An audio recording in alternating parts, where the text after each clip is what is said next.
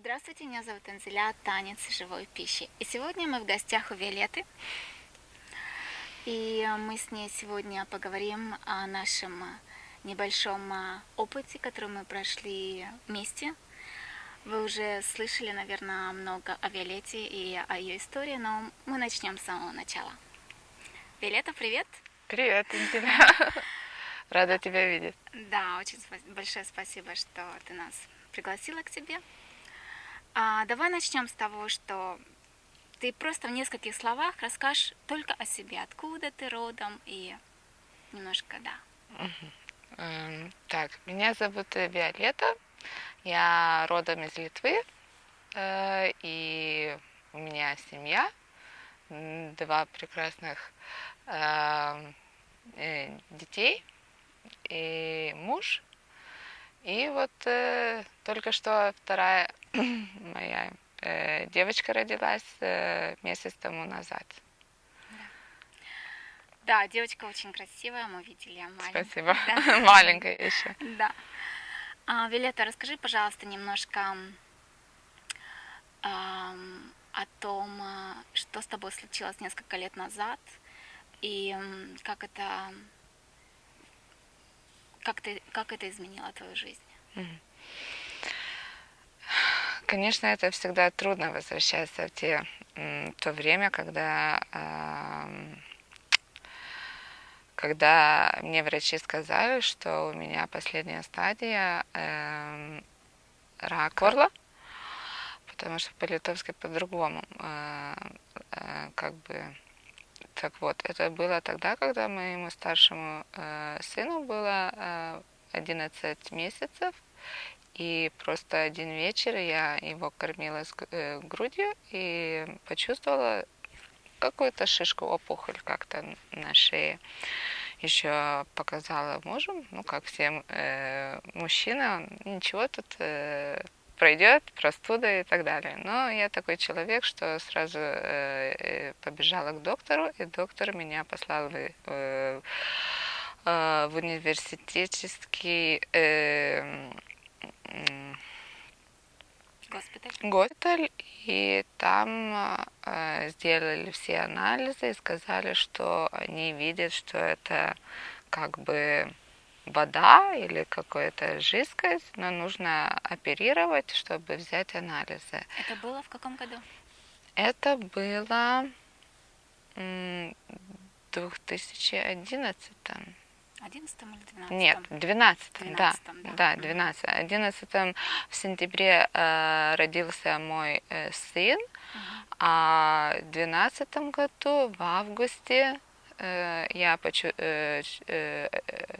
почувствовала эту опухоль, и потом тоже операцию мне сделали именно где-то в день рождения сына.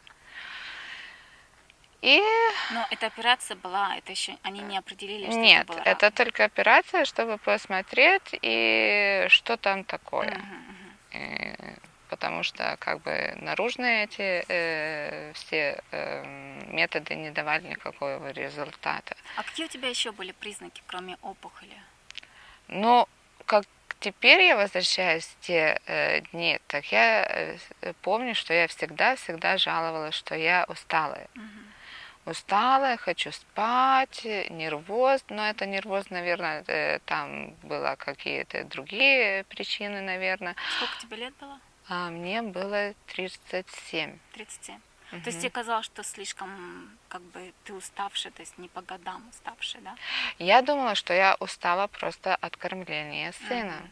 И материнство, как бы он много раз вставал ночью, нужно было кормить с груди, потому что все равно я почти год, именно год кормила его.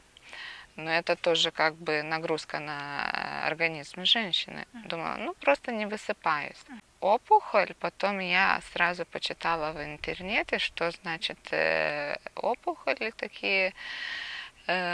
И были 3 причины. Рак, железа, да? Щитовидная железа. Или даже не помню, третья какая-то причина была. Но я сразу как-то сердцем почувствовала, что это у меня рак. Даже подруге сказала, она, ну где ты такая молодая, откуда у тебя рак? Ну и вот вернулась я из больницы, и мне позвонили на следующий день, я пекла пирог для сына, был день рождения, и сказали, что нужно срочно приехать. И мне как бы уже сердце почувствовало, что ну что-то не так, потому что если так звонят из больницы, что, наверное, результаты не очень хорошие.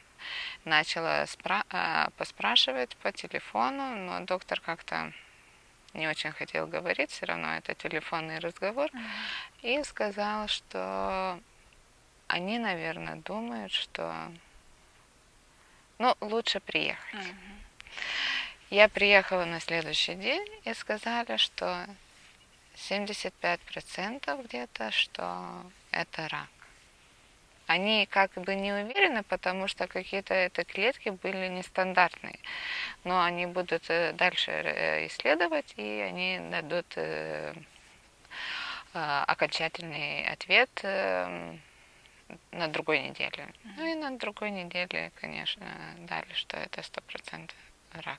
И какая была твоя реакция? Реакция, конечно, плакала. То есть ты плакала? Плакала, кричала, то есть сразу начала думать, что такие видения начались, ну, что ассоциации, гроб, похороны, все равно никто как бы, я до этого времени никогда не слышала, чтобы от рака кто-то вылечился. И сразу ассоциация, что ты умрешь. И что врачи тебе предложили или что они? Они предложили мне обследование и химиотерапию. Облучение и Да. химиотерапия. Облучение и химиотерапию. И на облучение как бы я согласилась. Но было очень-очень трудно в больнице, потому что облучали именно горло. И после, наверное, недели облучения мне уже я не могла даже не только кушать, но глотнуть ничего. Слюн не было, и было сухо, и вес начал очень резко падать, и я, наверное, весила 70 килограммов тогда, и уже меня положили в больницу, когда уже вес достиг где-то 53, наверное. А до этого какой вес был? 70. 70. Но это очень быстро, там за 2 недели я потеряла почти 20 килограммов. И врачи говорили, что это нормальная реакция организма?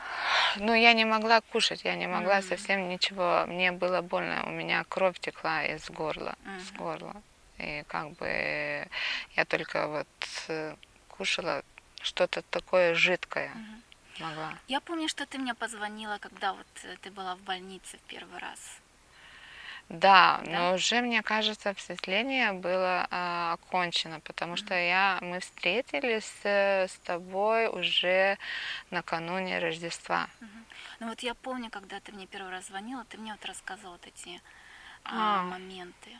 Почему ты решила все-таки обратиться? Потому что ты отказалась от химиотерапии, ты сказала. Да, я Почему? потом, наверное, самая главная причина, почему я отказалась, это сколько я читала, что химиотерапия, она влияет на почки. А у меня с рождения проблематичные почки. Просто я чувствовала сердцем.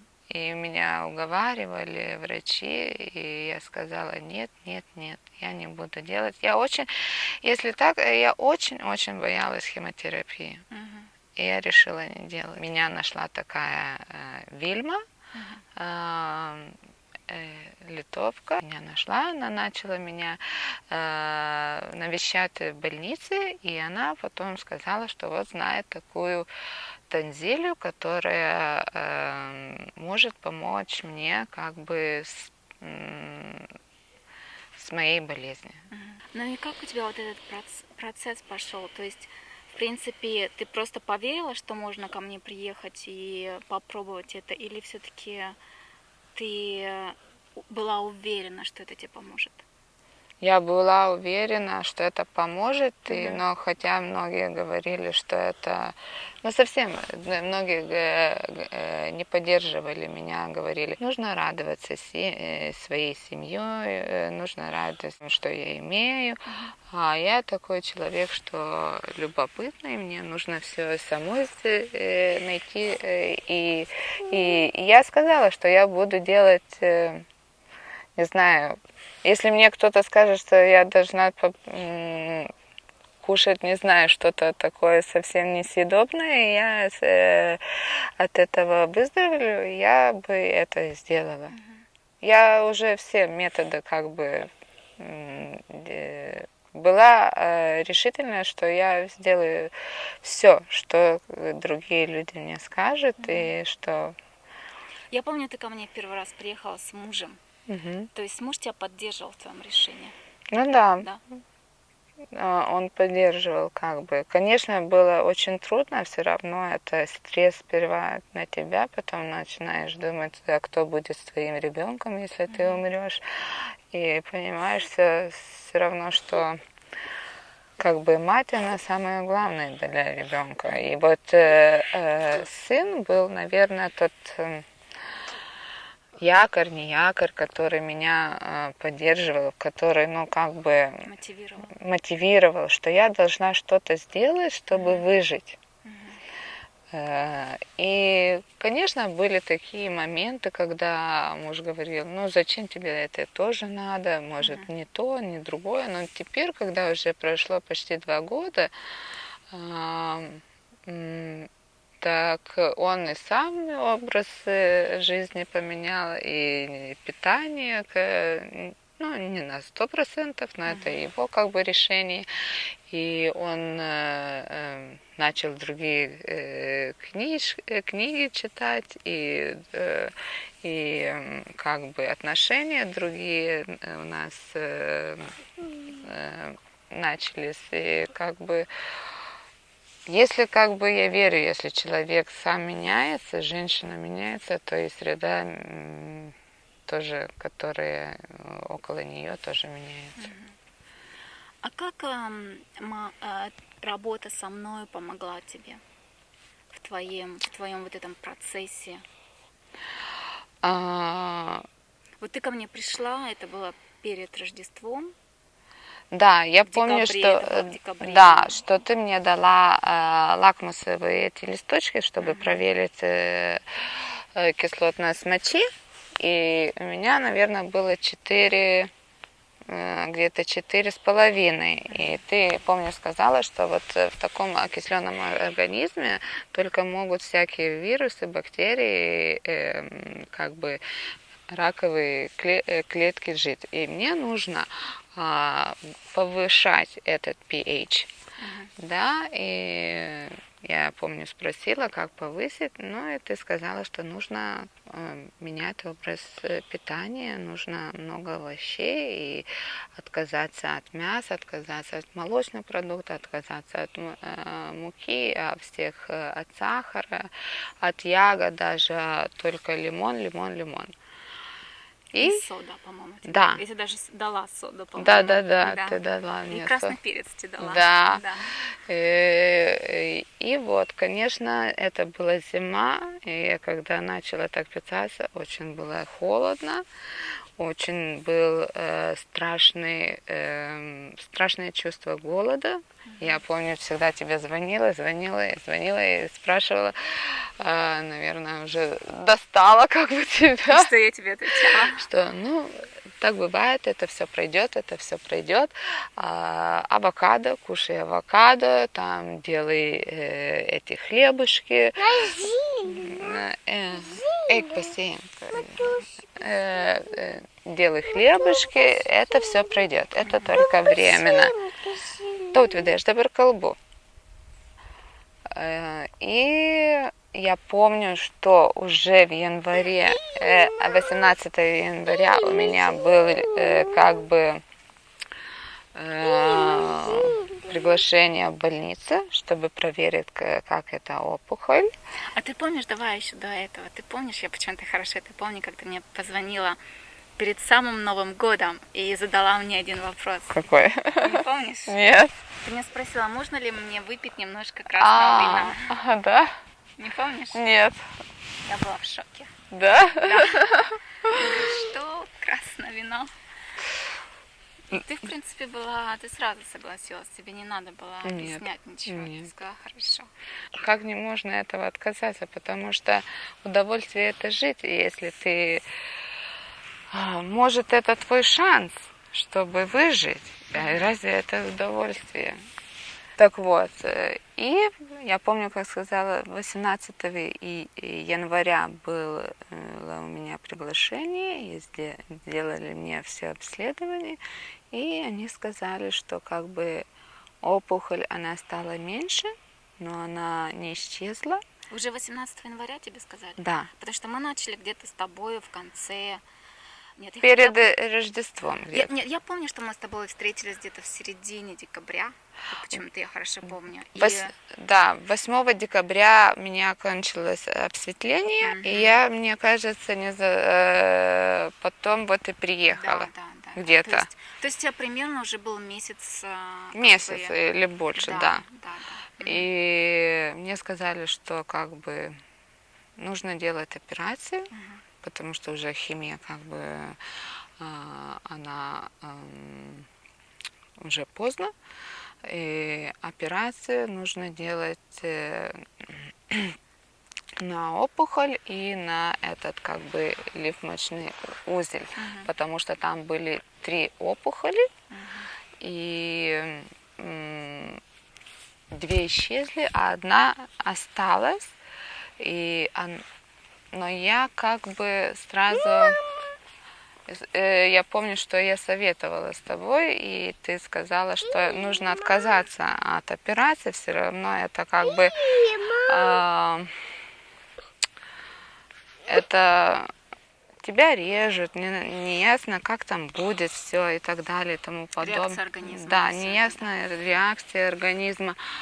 Я еще как бы колебалась, и там спрашивала, друзья уговаривали. Я еще помню, что я тебе сказала, не только что реакция организма, но и то, что только месяц изменения твоего образа жизни показал уже какие-то результаты. Нужно просто дать еще возможность твоему организму. Минимум 3 месяца. Минимум 3 месяца. Да. И ты, в принципе, мне поверила, да. что надо было немножко подождать. И ты, в принципе, чувствовала, что тебе нужно было это время. Но врачи на тебя давили. Да, очень давили. Я помню, ты плакала. Да, очень плакала, потому что это как бы очень важное решение. Ты не знаешь, как поступить. И, может, ты пойдешь по этой дороге и будет плохо, а по другой тоже не знаешь, ты уже обратно не вернешься. Да. И я хорошо помню этот звонок, потому что я только проснулась, ты мне позвонила. И я помню, что ты не знала, как выбрать, и ты спрашивала моего совета, и я тебе сказала, что тебе нужно спросить Бога. Да. Но я тоже хорошо помню, что ты до встречи со мной сильно в Бога не верила. Нет. То есть у тебя это появилось в процессе немножко. То есть ты к этому... Ты можешь вспомнить, как у тебя вот это... Или все-таки вот та ночь помогла тебе поверить в Него? Или что-то было до этого? Нет, уже началось тогда. Уже я начала читать книги о медитации, начала идти в лес, начала как бы... начала смотреть на жизнь, наверное, другими глазами, как бы человек, который смотрит последний раз. Может так.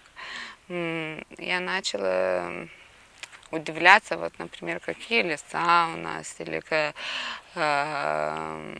начала не бояться быть одна, например, в лесу. Рано утром я отводила своего сына в детский сад, и потом возвращалась домой через лес и сидела на пеньке и как бы разговаривала и просила Всевышнего, чтобы мне дал силы и Это как бы началось постепенно.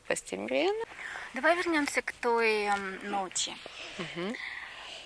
Потому что я помню, что это был немножко даже переломный такой момент в твоем процессе выздоровления, когда тебе нужно было принять решение, и ты, в принципе, искала поддержки. Но в то же время я тебе объяснила, что я не могу решать за тебя. Мгм. Ты должна решать сама. И один из путей, который... Не один из путей, я считала, что это был единственный путь, это если бы ты обратилась к Богу.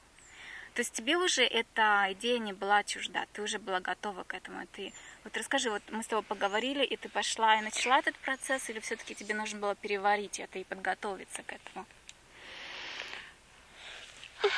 Ну нет, уже как бы подготовляться не нужно было. Я как бы твердо решила, что какой-то знак будет. Я послала эту мысль как бы в пространство и попросила Бога, чтобы Он мне показал, нужно мне делать операцию или нет. Я на следующее утро, когда нужно было ехать в больницу уже на операцию, просыпаюсь, а у моего мужа там температура 39,8 где-то, или не знаю, около того. И он как бы никогда не болеет, ничего не было, и он не может даже с кровати подняться. И я приехала в больницу, я сказала, что я не могу делать операцию, потому что мой муж больной, и просто не будет никому, кто будет ухаживать за моим сыном, если я сделаю операцию. А мне нужно было только как бы время, чтобы был не месяц после лечения, после нашего знакомства, а нужно было продлить время, чтобы было 3 месяца, как ты говорила. Да, я помню это. И уже был февраль, мне кажется, они назначили другое. Но я помню еще, что ты уехала специально еще в Литву, Да. чтобы продлить это время. Да. То есть ты как бы немножко убегала от Да, системы. я хотела, ну как бы, да, хочется услышать другое мнение других врачей. И вот, и в Вильнюсе мне сказали в онкологическом отделении, что как бы я молодая, все хорошо, и профессор сказал такой, и даже не помню его фамилии, что я буду жить. Но мне это как-то очень хорошо. Но в то же время они тебе сказали, я хорошо помню, они тебе сказали, что в Норвегии самые лучшие врачи, тебе Да. нужно делать то, что они тебе говорят. Да. И как ты отреагировала на это? Твоя реакция? Ну, как ты всегда не споришь, какое-то мнение свое есть, и все. И вот я помню, тогда вернулась, и мне уже была вторая встреча назначена на операцию, и я уже лежала. Да, уже лежала в больнице, уже прождала всю ночь, ничего не кушала, потому что должна была быть наркоз. То есть это анализы нужно было сдать? Нет, уже операция должна быть, окей. чтобы вынуть эту опухоль. И еще, что меня удерживало от этой операции, что нерв шел, который регулирует плечо, нерв шел в эту опухоль. И был риск, что я могу стать просто инвалидом. Что они заденут Да, твой заденут. нерв, если не будут делать, Да. убирать лимф. Да. Опухоль, да, я помню это. Так вот, и это тоже меня удерживало, как бы. Но несмотря на это, ты уже была в больнице. Да. Я начала настаивать, начала звать главного медврача. И утром ко мне пришел врач и сказал, ну что, ты не уверена в нас? Говорю, уверена, но всегда хочется проверить. Ну хорошо, давай собирай свои вещи и вали отсюда.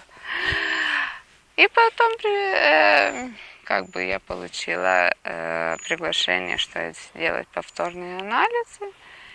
И мне сказали, что как бы все Рак исчезло. отступил. Да. И какая твоя была реакция?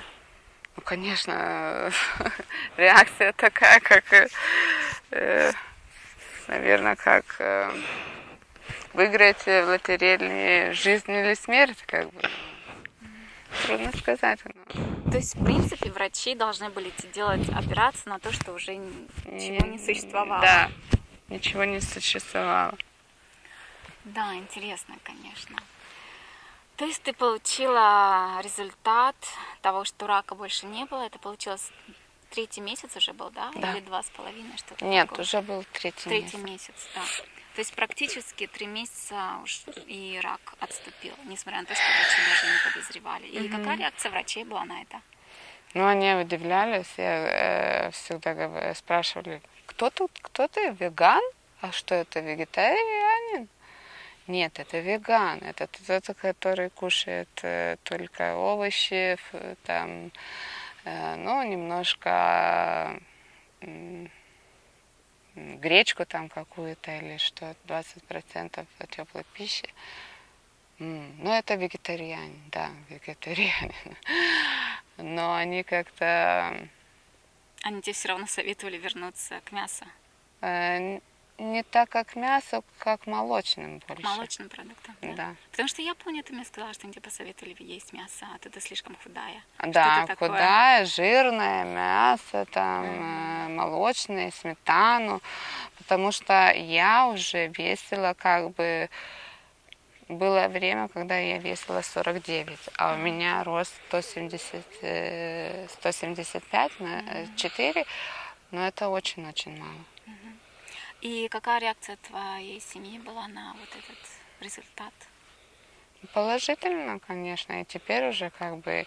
Я даже вот и не планировала, и не думала в жизни, что у меня появится еще один ребенок после такой как бы стресса, после обсветления. Сколько прошло после этого? И ты забеременела? Буквально полгода, наверное?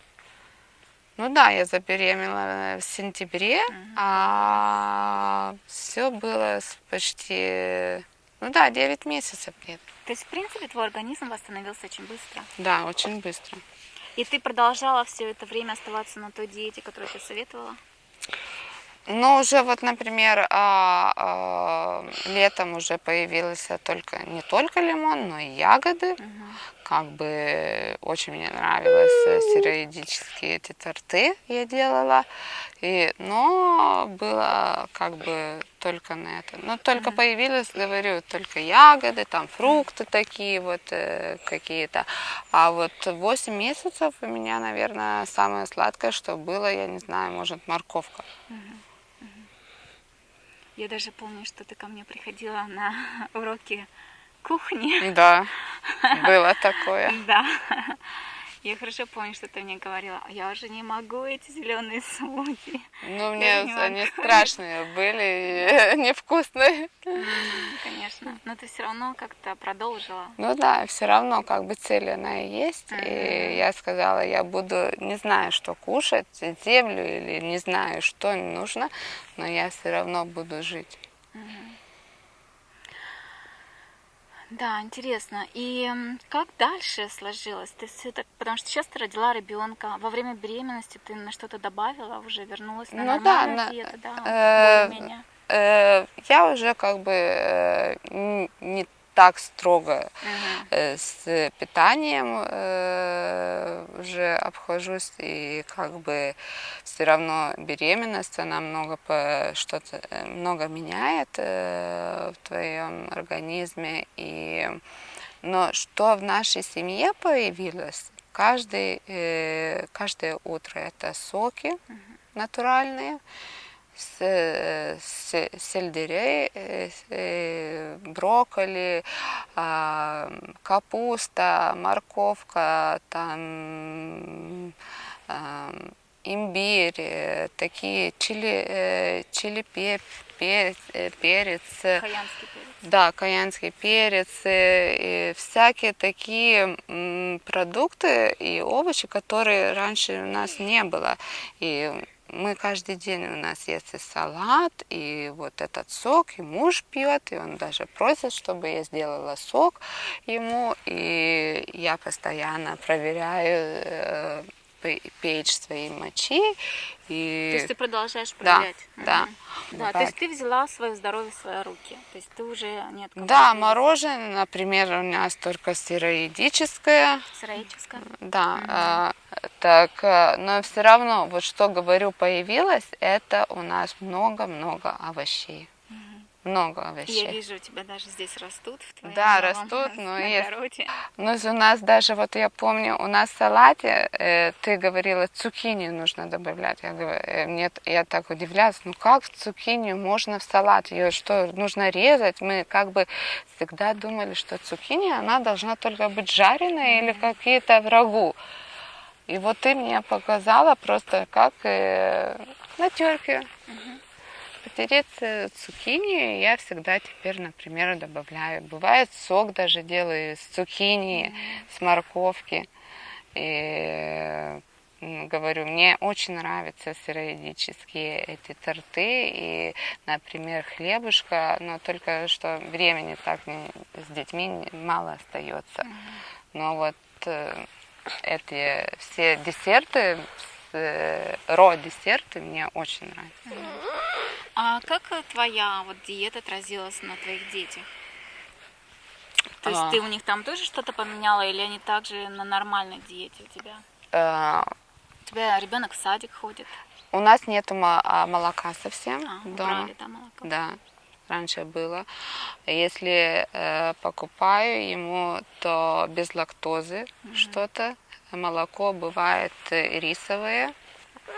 Молоко с овсянки, не знаю, как называется. Овсяное молоко. Овсяное молоко. Ну, бывает и кефир иногда, но это как бы не это молоко, не коровье молоко. Лимон. Мы столько съедаем, не знаю, или столько у нас лимона. Я даже, например, в соке добавляю лимон, но с кожурой. Делаю сок из лимона, но с кожурой. Очень-очень прекрасный вкус. И, например, авокадо очень много. Если рис готовлю для семьи, только рис тоже этот дикий. Или, например, у нас сахара не осталось дома. Но для гостей есть. Крапиву начала сок пить из крапивы. У нас, например, картошка, если бывает, ну очень-очень редко. А литовские блюда почти все из картошки.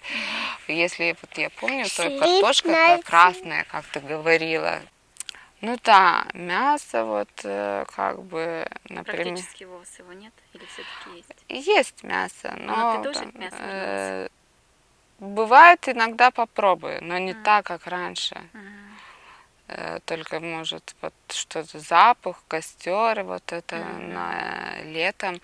Но все равно бывает там неделю или дни, как только зеленые, или у меня гречка замаченная там бывает, или милет, не знаю как по-русски, это каша. Милет. Соровый, не соровый. Пшеничка. Пшеная. Пшеная? Тоже замачиваю, мне очень она нравится. И в детстве я тоже помню, я очень ее любила, но как-то мы забыли. Просто я верю, что и сколько я читаю книг и всяких психотерапевтов, психологов и ученых, что все равно болезнь к тебе приходит тогда, когда